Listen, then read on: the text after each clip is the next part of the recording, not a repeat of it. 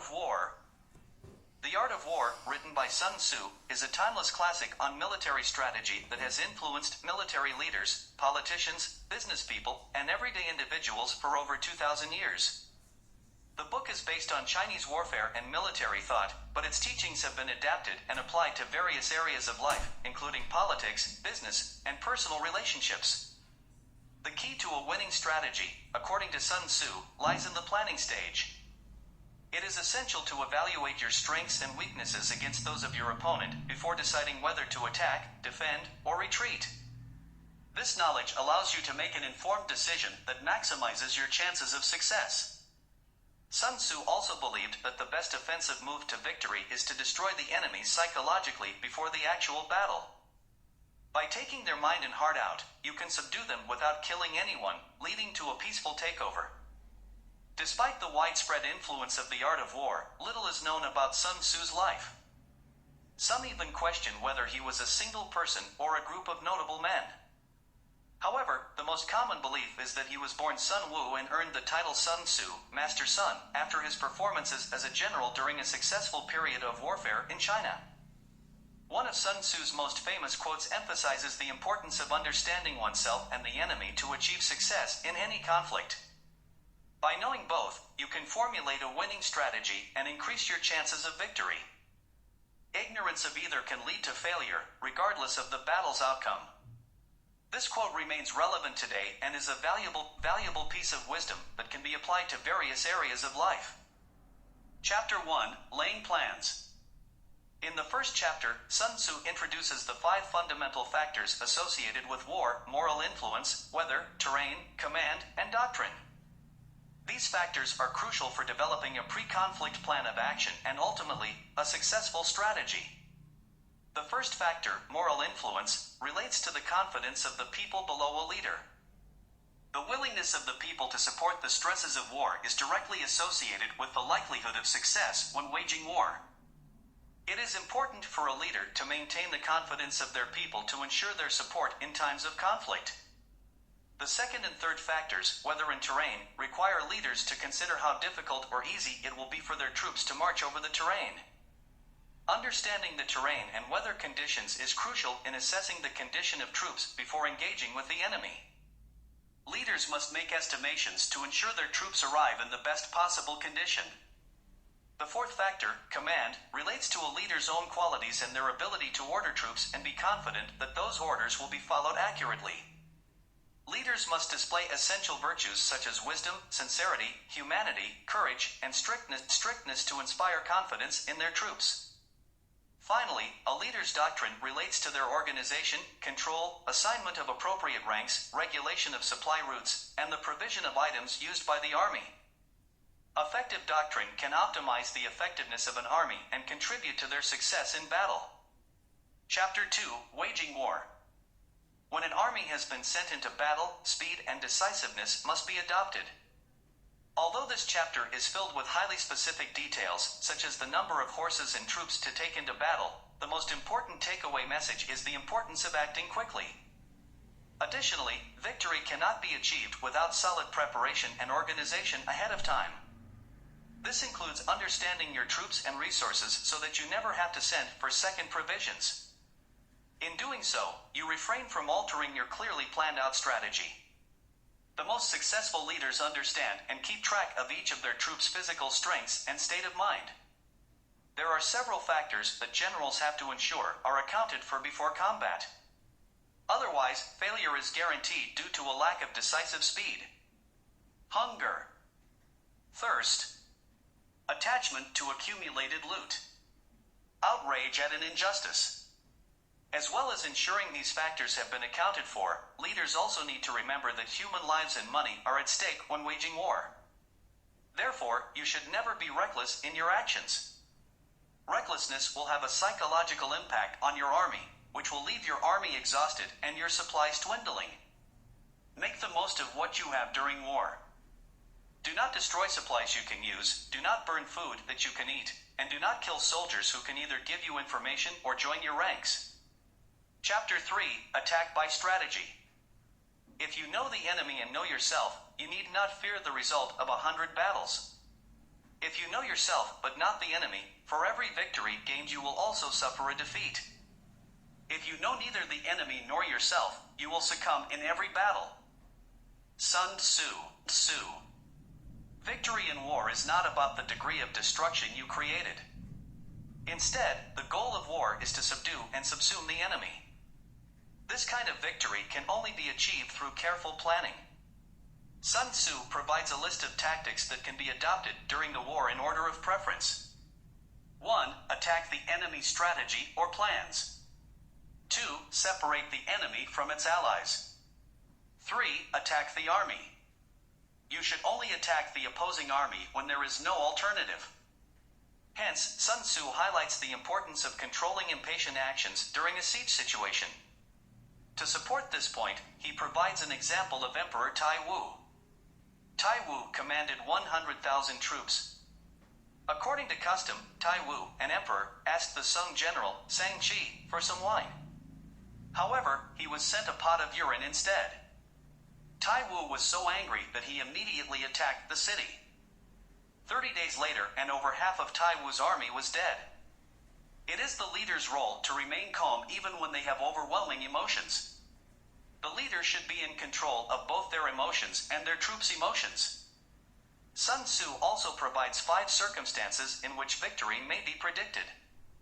1. Suppose the leader knows as much about the opposition's troops as he knows about himself and his troops.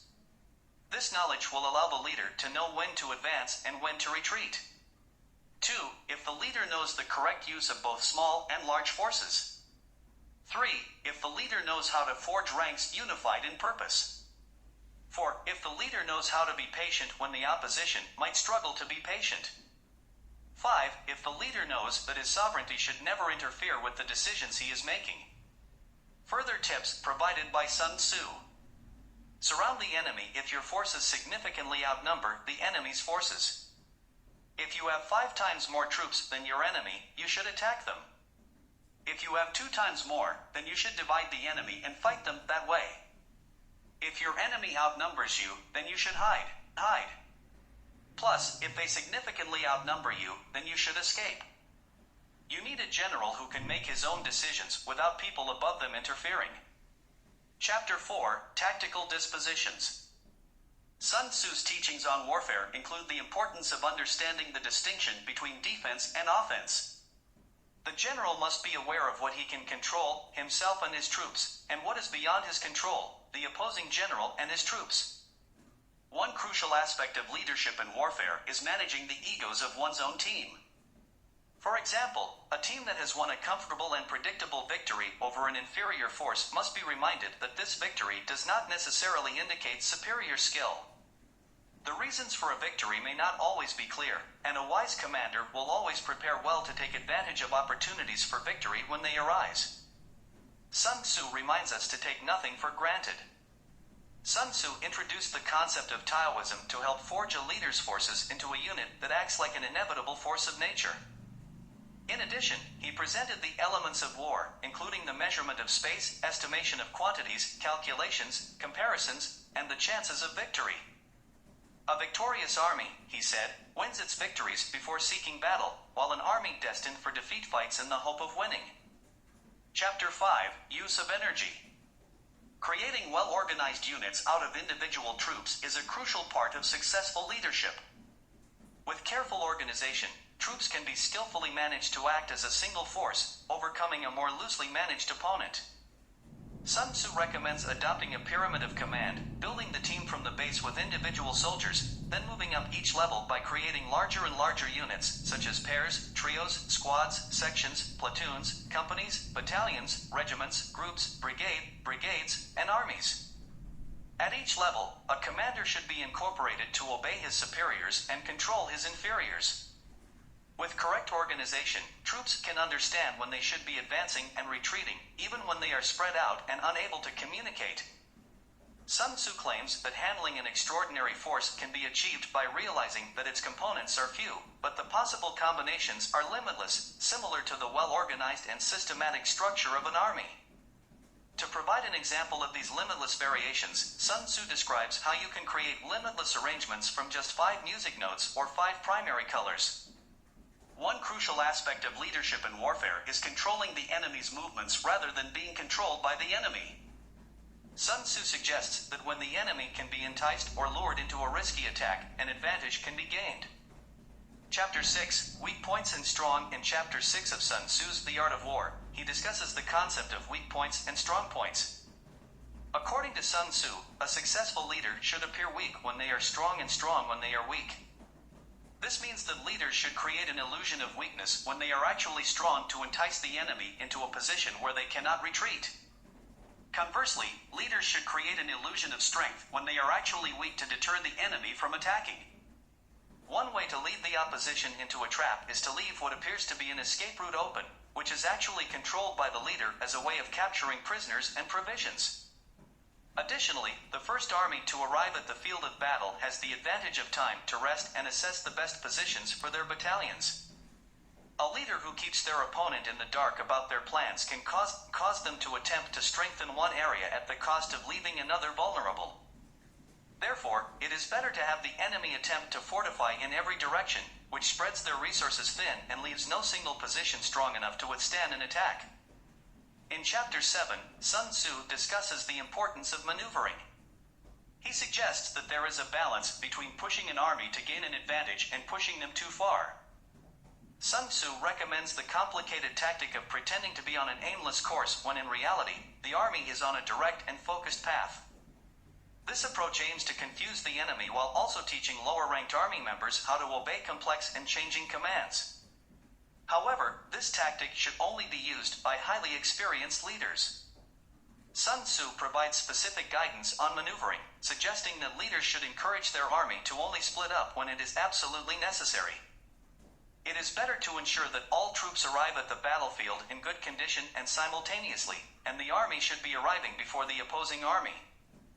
Sun Tzu describes this timeliness and togetherness as an advantageous position.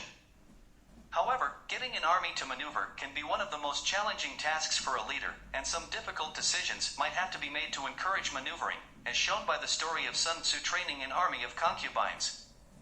Chapter 8, Variation of Tactics. Sun Tzu discusses the variation of tactics, acknowledging that circumstances sometimes call for different tactics and choices. For example, there are cities that should not be attacked, and there are roads that should not be taken. Sun Tzu warns against the 5 major ways that a general can fail when deciding tactics: recklessness, impatience, cowardice, fear, hasty temper, high standard of honor, and excessive compassion for the troops. Whenever an army is defeated or a leader is slain, Sun Tzu claims that one of these 5 faults is to blame. Chapter 9, The Army on the March. In Chapter 9, Sun Tzu emphasizes the importance of well-disciplined marches and the arrangement of troops when facing an approaching enemy. He also takes weather and terrain conditions into account when outlining the best approaches. For example, Sun Tzu recommends taking advantage of the positions of sunlight relative to the time of day and using bad weather or terrain conditions to one's advantage. He cites the example of the Yellow Emperor, who conquered 4 sovereigns by taking advantage of specific encampments. In conclusion, Sun Tzu's teachings in The Art of War provide invaluable insights into the strategies and tactics required for successful leadership. Leaders should create an illusion of weakness when they are actually strong and vice versa, control the escape routes of the enemy, and encourage their army to maneuver with timeliness and togetherness. Sun Tzu also warns against the 5 major ways that a general can fail when deciding tactics and emphasizes the importance of well-disciplined marches and the arrangement of troops when facing an. Chapter 10, Classification of Terrain. Sun Tzu provides leaders with guidance on how they can read their terrain and the benefits of fighting on different terrains. Accessible terrain, terrain that anyone can traverse easily. Suppose you can secure high ground before the opponent arrives, with sufficient supplies to last. In that case, you are in a very advantageous position. If the opposition has the high ground, then you should retreat and force them to leave these advantages if they want to pursue it. Entangling ground, easy to move forward and secure new land. However, it will be difficult to backtrack or retreat.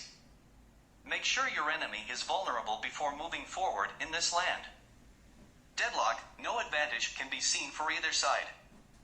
In this instance, Sun Tzu recommends backing out and making the enemy advance into this terrain. You can then strike with an advantage. Enclosed, a narrow passage with very few options. If you get to this location first, you can block it or ambush. If the opposition has a space like this, you should only advance if you are confident that they are poorly protecting it. Additionally, the dangers inherent in a general's weakness or indecision have just as much influence on troops' readiness to fight as the terrain conditions on which a battle takes place. This holds true of all sub-commanders and officers relative to the units they command. Chapter 11, The 9 Situations. Sun Tzu quickly runs through descriptions of 9 different ground varieties on which a battle may take place, ranging from the easiest to the most desperate, with tactics on how to handle each.